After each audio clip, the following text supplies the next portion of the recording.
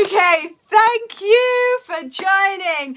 Welcome to Live at 5 with me, Claudia Vickers, and it is International Women's Day, so to all those women out there, to you girls, today I am talking about studying your emotions, and in particular the negative self-talk. Okay, so hear me out, and this is for, you know, for all those men out there as well. I think the hardest thing is to quieten that mind, that little chimp, that little voice. But I've just been reading a book, and I would love to share a chapter that has come up with just a couple of conversations with people, and I thought, you know what, I need to share it now because I've literally just read it today, and I was like, that's what my life's going to be about. That's it again, last minute Claude doing her training today. I'm not quite got into the routine yet of doing it on a Sunday, but the book is called Good Vibes, Good Life, and it's Vex King. And I'm going to just start with a quote from the book. So, ignoring negative emotions is like keeping poison in your system. Learn to understand everything that you feel. The aim isn't to force positive thoughts, but transform negative ones into something healthier so that you can feel better. I mean, I'll just end the live there. No, I'm joking. Hey Chris, hey Will, hey Tom, hello my guys, yes. So, we're talking about studying your emotions. We're talking about, in particular, that self-talk, okay? Now, I've got notes here because I've got real good sections to break this down, and I really, really want some of you to think about possibly situations that you've been in, that you've jumped to conclusion, you've misinterpreted situations, and then that way, by doing that over and over again, it's just become habit, and you end up feeling that kind of like sad feeling over and over again, or that frustrated feeling over and over again. So it will all come into fruition when I carry on. So now, when I talk about negative talk, obviously I'm not talking about the negativity from other people, because I think it's easy to take a step away from that. But what's not easy is to actually study and understand your own negativity. So I am always here to listen to other people's, kind of like upsets, or if there's anything that people have on their mind, I'm always here to stand and listen and help other people when they're going through stuff. But what we find hard is when we come to ourselves and we have to study and understand our own negative emotions. So when we look at negative emotions, we don't want to suppress them, because I think sometimes you think it's easier to just go, okay, yes, I'm not happy, so I'm just going to ignore that and move on, when actually digging deeper and asking more questions might help. So rather than suppressing the negative emotions, instead, think about transforming them so that you can rise your vibrations and you can feel that energy and feel happier, rather than, just doing the same as you were before, kind of suppressing and not actually realizing where they've come from.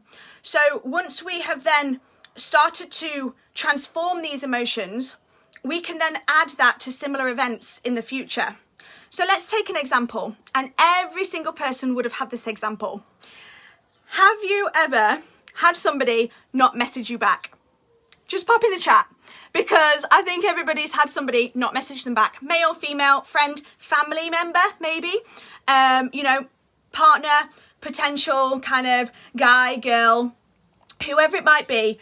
Just message me in the chat box, and if you're obviously watching this live on YouTube, thank you very much, you can't do that, but I think you can resonate with the fact that somebody may not have messaged you back.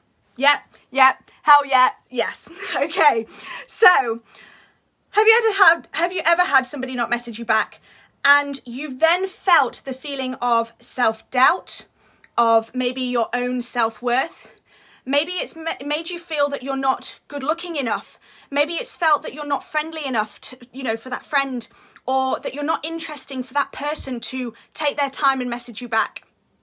Now, yeah, all the guys have had this too. I mean, it's not just us women. Yes, Joe's had it as well. So we're kind of thinking all of these self-doubts, am I good enough? Am I good looking enough? Am I, worthy enough? Am I friendly enough? Am I even interesting for them to even message me back? Now, I know we've had all of this before. Now let's have a look at those self-doubts and where they've come from. Let's just kind of dissect all of this and think there's another way about it rather than feeling crappy about it because of our own self-worth. So, where have these self-doubts come from? Because these are emotions that make us sad.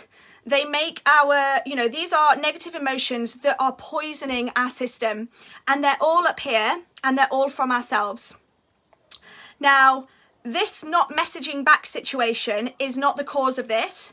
So let's now look at transforming those thoughts and those negative emotions and break it down so that we can move through these and change them when we come to this scenario or similar scenarios again.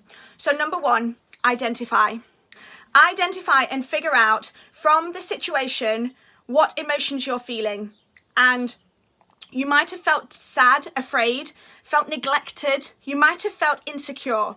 And you are identifying everything that you feel. The next one, number two, is challenge. When you want to, let me start again. Here we go. Challenge, number two. Then we want to challenge these emotions by questioning ourselves. Why are we feeling this way? Why might it be that we are feeling this way, and who may be responsible for this? Is it because you feel that person doesn't have time for you? And a lot of these beliefs are based on misconception and opinions of others, or imposed by us and other people. So does it spring to mind that when possibly this has happened before, somebody else's opinion has come in and they might have said, oh, how horrible of them, how bad of them not to message back, or, that's so out of line. Yes, it makes thought process for quite a lot. I can't read and do this at the same time. I'm so sorry. Let me reply to you afterwards. But I'm glad we're all on the same line. So somebody else has come in and they may have said, you know what? Yeah, that's so out of line. How dare they? You deserve more. You deserve better. Now, full on, we all do, 100%. But these are just ideas and judgments in our mind imposed by others and by other people. Because we hadn't possibly made that mind up ourselves in the first place of how we feel. Now, is it true that nobody has time for me because I'm not good enough looking enough, or not friendly enough, or not interesting enough for them? Definitely not. Now dig deeper. Does it mean that you'll never be happy? Definitely not. Realising the situation and asking further questions takes it deeper and realises one man or woman failing to text back does not mean that you will never be happy. Remember that joy isn't dependent on other people's reactions and how they interact with you. I mean, when I read that, I was like, hell yes. My feelings aren't determined by that person's actions. My feelings and emotions should not be determined by one person's possible lack of action in this situation. So, perhaps these feelings bring up the past experience that has made you unhappy also. So if you've had a past experience and this then comes up over and over and over and over again, we need to kind of put a line under it and understand it and make sure that we don't feel this over and over again. Now stay with me, please, because I really thoroughly enjoyed this chapter and this is why I'm sharing it with you. Understanding is the next one, number 3, if anybody's writing this down. Point number 3.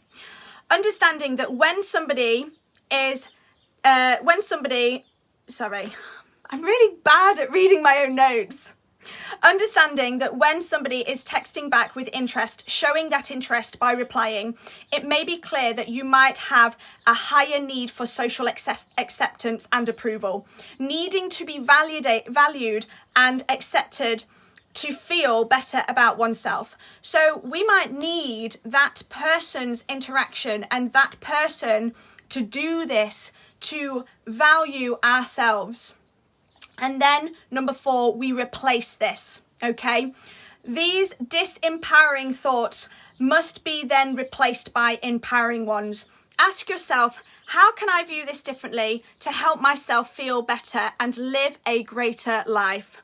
Now, it is essential to transform destructive thoughts into ones that make you feel better. So we've pinpointed that scenario and situation with the feeling of feeling self-doubt,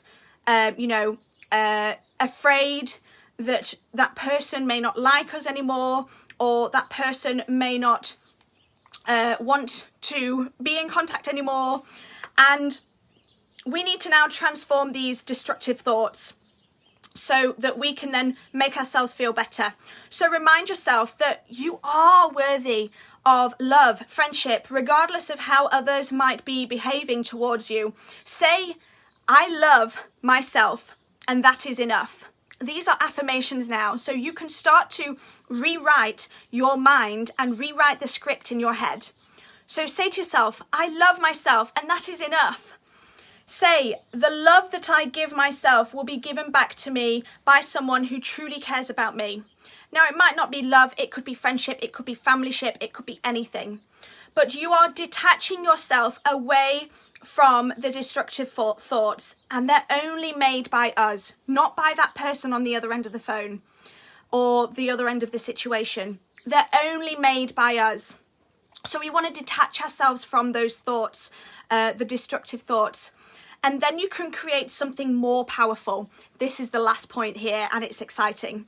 By coming up with memories that which you feel worthy, confident and loved, and relive those moments in your head to bring me onto the final point. So you're reliving these moments right now where you feel worthy, you feel great, you feel confident. You're like, yeah, girl, yeah, man, like, come on. And the last one is 5, visualize. Because once you feel in that great moment, you want to visualize yourself handling this emotion that you're currently feeling, so that in the future you can associate this emotion and enable your brain to handle it, further down the line. It will raise your vibrational levels.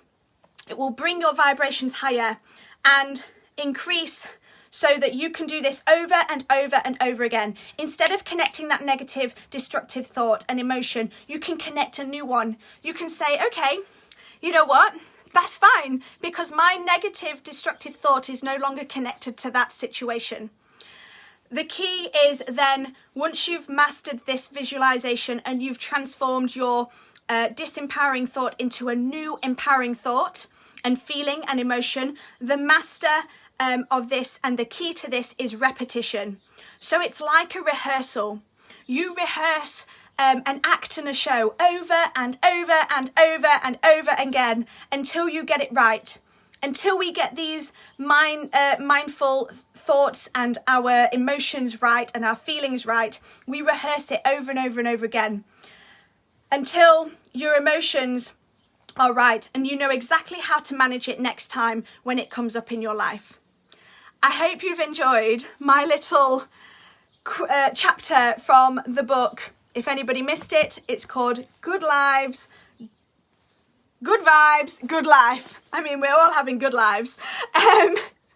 So I absolutely loved all of that today from when I was reading it. And I just wanted to share with you because I think we have all got situations and scenarios that we've done in the past, and we connect those negative, disempowering, destructive thoughts. And actually we need to rewrite them. We need to accept them. We need to figure out why, what's been the reason that we have kind of thought this before, because at the end of the day, it's not that person on the other side of the situation's fault. It's all to do with down to us and our emotions and our negative self-talk. And if you can control that as much as you can, then you will get the best out of your life.